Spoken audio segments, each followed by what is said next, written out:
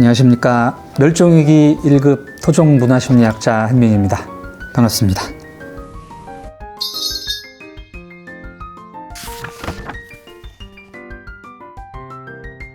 나라는 존재를 느끼게 해주는 존재는 무엇일까요? 자기감이라는 표현도 있고 자의식이라는 개념도 있는데, 일단 어떤 감정으로 바로 나를 인식하게 만드는 감정은 그렇게 흔하지는 않은 것 같습니다. 한국 문화에서는 이런 기능을 하는 대표적인 감정이 이제 자존심이라는 감정이 있을 수 있을 것 같은데, 어떤 경험을 통해서 이제 나를 가장 직접적으로 인식하게 하는 감정인 거죠.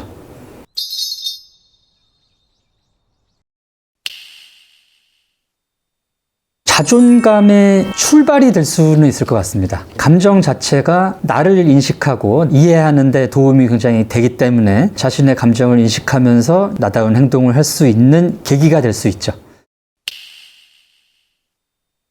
누군가의 관계에서 이제 어떤 경험을 했을 때 1차적으로 신체적인 어떤 느낌이 발생을 하고, 그 사건이 이제 나에게 갖는 의미, 사회적 의미, 이런 것들을 생각하게 되는데, 일단은 이제 이 사람이 나랑 어떤 관계인지 사회적 감정으로서 경험이 되고, 이 사건이 갖는 의미가 나에게 어떤 것인지 이 과정이 이제 들어가게 되는 것 같아요. 근데 이제 곱씹을수록 자의식 감정이라는 것은 그 경험이 일어난 뒤에 좀 시간이 지나고 거기에 대해서 생각을 자꾸 하면서 이게 나한테 무슨 의미였지를 생각하면서 더 확실해지는 그런 감정인 것 같습니다. 한국인들의 감정의 첫 번째 주체라고 할 수 있는 자기 인식에 독특한 점이 있기 때문에 나에게 이 일이 어떤 의미이냐, 가 이제 나를 좀 덜 민감하게 지각하는 문화권보다 중요할 수 있죠. 그래서 이제 한국인들이 경험하는 많은 감정들은 이 자의식 감정인 경우가 많습니다. 그 부분을 마지막 챕터에 자세히 언급을 했습니다.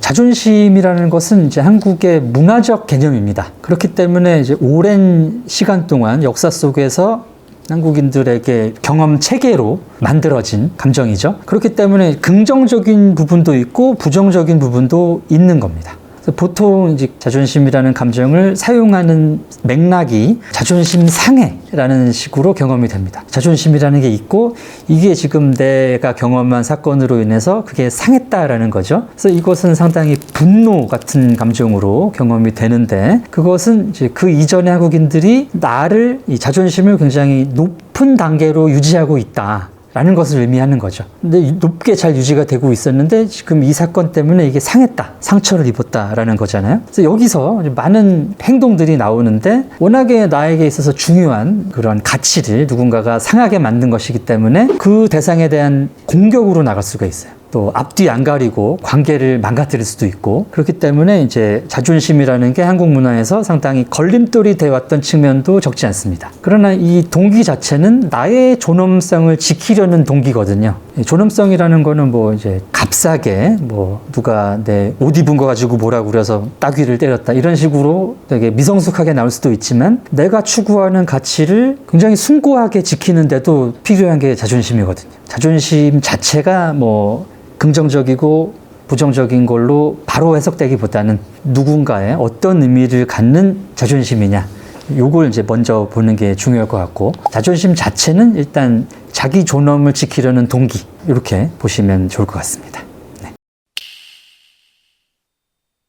억울함은 굉장히 한국적인 정서인데, 지각된 부당함에 대한 분노, 그리고 이 분노를 표현할 수 없고 이 부당함을 해결할 수 없다는 데서 오는 답답함이 결합된 감정입니다. 결국에는 한도 되고 화병도 오고 이런 복잡한 과정이 뒤따르는데, 이 억울함의 상당히 설명하기 어려운 측면은 이게 굉장히 주관적인 감정이라는 데 있어요. 그래서 한국인들은 이런 지각된 수준에서의 부당함, 내가 볼 때는 이게 되게 부당하고 억울하다고는 굉장히 쉽게 느낄 수 있습니다. 근데 이걸 객관적으로 다른 사람한테 얘기를 했을 때 안 억울할 가능성이 또 굉장히 있다는 거죠. 무시할 수 없을 정도로. 우리 요즘 그 사회에서 문제가 되고 있는 현상 중에 진상 또는 갑질, 그런 게 있잖아요. 이 사람들이 하는 얘기가 난 부당하다는 거예요. 나는 이런 대접을 받을 사람이 아니다. 난 되게 억울하다. 근데 얘기 들어보면 말도 안 되는 게 되게 많지 않습니까? 그래서 그런 측면에서 작동될 수도 있기 때문에 어렵죠.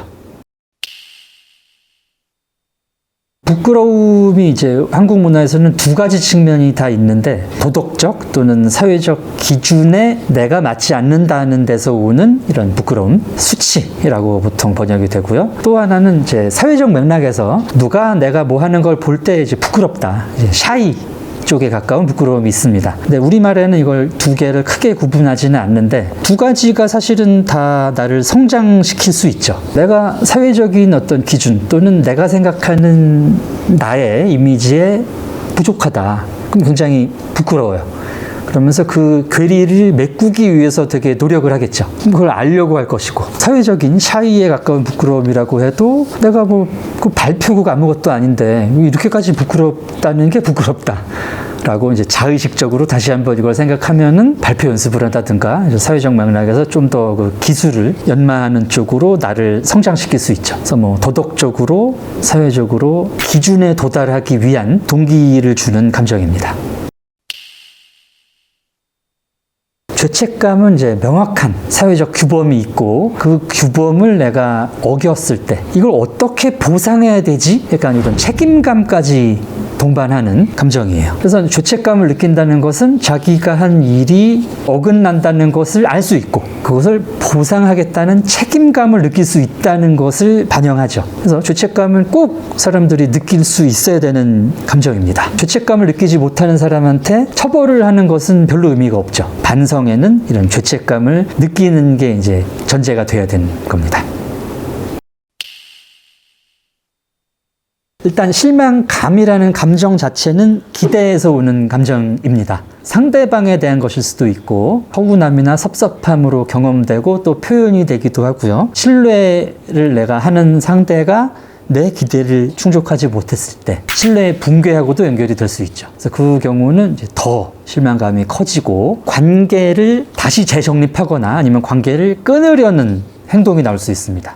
이제 이 실망을 우리나라에서 제일 많이 표현하시는 분들이 이제 중대장님들인데, 중대장은 너희들에게 실망했다 이런 얘기 맨날 하잖아요. 요거는 이제 감정 표현이 일종의 메시지를 주는 거죠. 내가 너희들을 얼만큼 기대했는데 너희들이 나의 그 기대를 충족하지 못했어. 그래서 그 실망을 니네는 알아야 돼. 그러니까 이제 더 잘하겠습니다. 이런 대답이 나와야 되는 거죠. 그래서 관계도 나아지고 아끼는 사람들의 이제 수행도도 좋아지는 결과를 낳을 수 있는 표현입니다.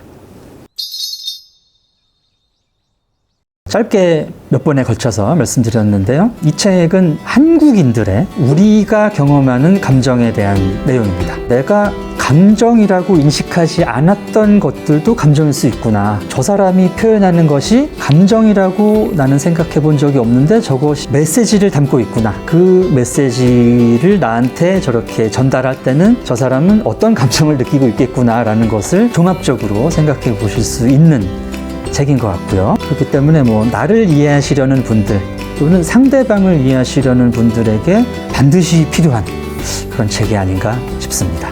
그래서 많은 분들이 읽어주시면 좋겠고 도움을 받으셨으면 감사하겠습니다. 감사합니다.